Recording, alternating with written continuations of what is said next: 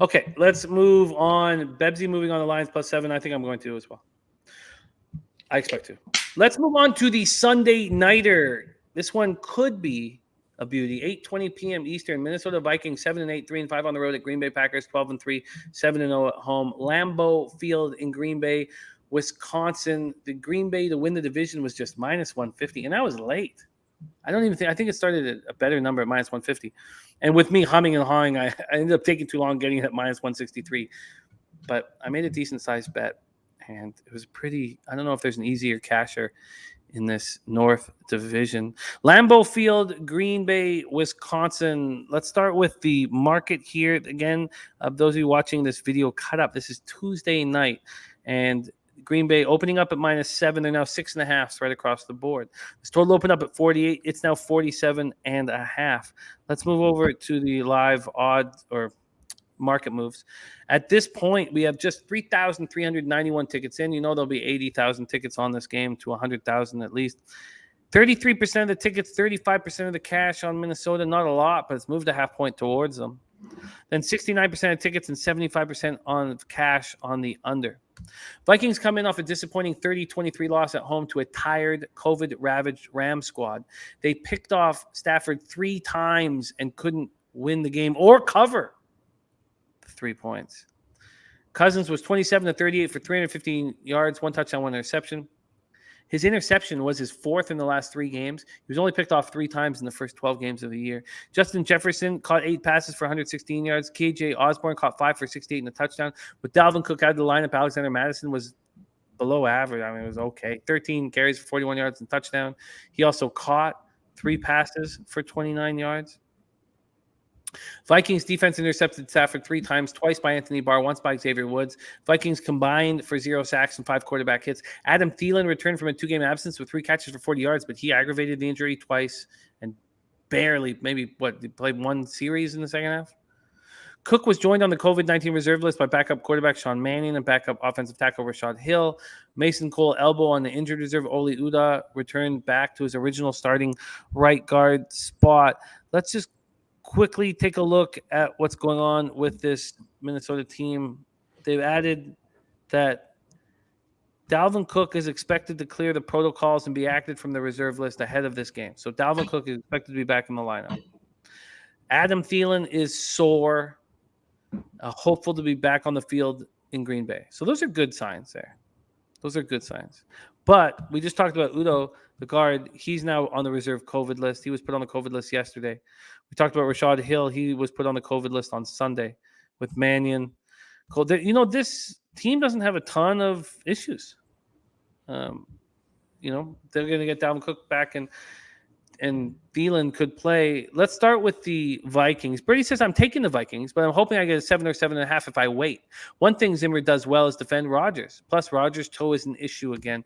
Let's start with the Vikings before we get into the Packers. What are your thoughts on that disappointing loss to the Rams? And do you feel like they could be a live dog here in this big division battle with the Packers? I said this last week. I've said this a bunch this year. This Minnesota Vikings team is better than their record, which is why Zimmer will be fired the day after the season ends for them. And this is a divisional matchup. So I think they're very much in play. I think they're still in striking distance for a wild card spot. I don't have the confidence in them to bet them, but I do think they could potentially keep this very close. I still think Green Bay wins because eyes on the prize for them. They want to have that number 1 seed. They would love for teams to have to come into Lambeau. As Bertie mentioned earlier, nobody wants to go to Lambeau, and the Green Bay Packers are happy to be hosting there. So, look, I think this is going to be a great football game. This is going to be, I think the over would be my look. I lean the Vikings to cover, not confident enough to bet it. I'm going to sit back and enjoy this as a fan because I think it's going to be a great game. And look, Minnesota, they have skill there. They have talent. They just have a shitty coach. And if they maintain the same roster next year with a better coach, they're going to be a very dangerous team. But yeah, I lean them. I don't have the confidence to bet them, though. There's been a recency bias for underwhelming Packers victories. They beat the Browns by 2 points, beat the Ravens by 1 point. Both times, I mean, the Ravens went for a 2-point conversion to win. The Browns were, that was a hold, a defensive hold on the fourth interception. Blatant as anything I've seen maybe since that Saints playoff victory. We're trying to create a situation where those calls don't, dictate the final score. But the Browns put themselves in that situation and deserve to lose because of that. Do you think that this bias has people believing that the Packers won't turn it up for a divisional rivalry game and put their foot on the throat of these Vikings?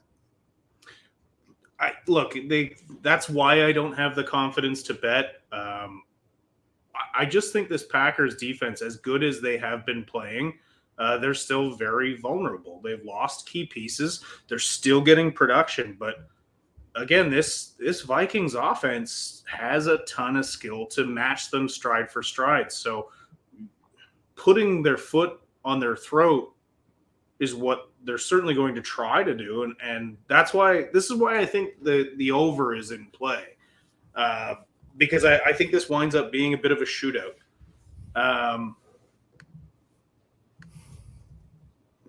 Look, Green Bay is the better team. They should win. 6.5 points is maybe a little more than I would like to bet them, but I think they're more than capable of covering that as well. This Minnesota Vikings team has had so many games come down to the wire and games that they've lost. And I think this could be another one of those games. It's going to be 3 Fahrenheit, which is minus 16 Celsius. Almost no wind and, no, I shouldn't say that, but 9 miles per hour wind.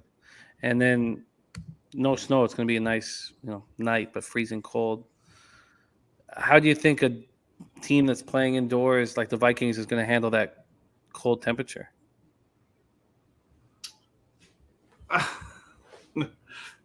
Kirk has looked bad again. I'm getting very anti-Kirk. Yeah, he doesn't look bad for many games in a row. I again advantage Green Bay in that situation, but these cold weather games don't have the effect they did with all the technology and heating pads and all this stuff. It's the sloppy games that matter. It's the snowstorm games that really hamper teams. They'll be cold, but it's not like, I understand they're an indoor team, but it's not like these guys haven't played in cold weather. I don't think it's going to be a massive advantage. Trusty said, I don't think it matters because Minnesota's in the North anyway. I don't know. They're still an indoor team. I don't know. I don't know what to do. I can understand that the Vikings look very appealing with the way the Packers have been finishing off games. Birdie says it's 47.5 over.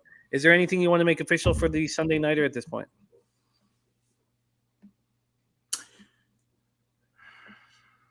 I think I am going to move on this over. I think we see a lot of points in this one. This total opened up at 48, dropped to 47.5, and we have 69% of tickets on the under, 75% of cash on the under. 46.5. Let's see what we could get you for the Sunday night game. By the way, Circa's moved this to 6. That's interesting. They're still hanging a 47.5 at minus 107. I imagine that we should be able to beat that somewhere.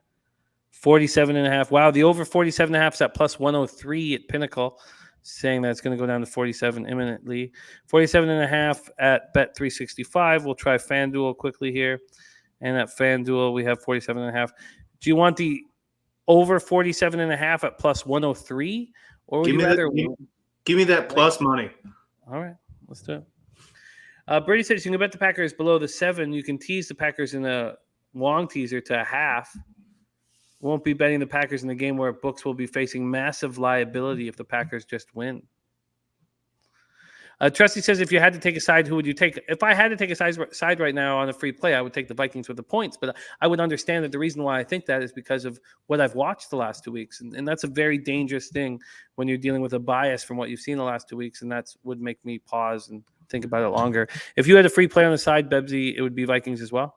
I would do the same, and I don't think that's a recency bias.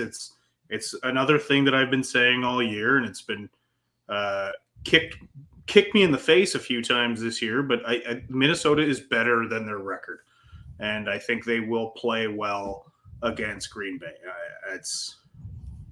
I don't think it's a recency bias. I think it's just this team is much better than 7-8. All right, Bebsie's locked in on the over 47.5 at plus 103 at Pinnacle. I have not moved on the Sunday nighter at this point. We do our Sunday show, though, in the morning. And this Sunday, we'll see if there are any additions.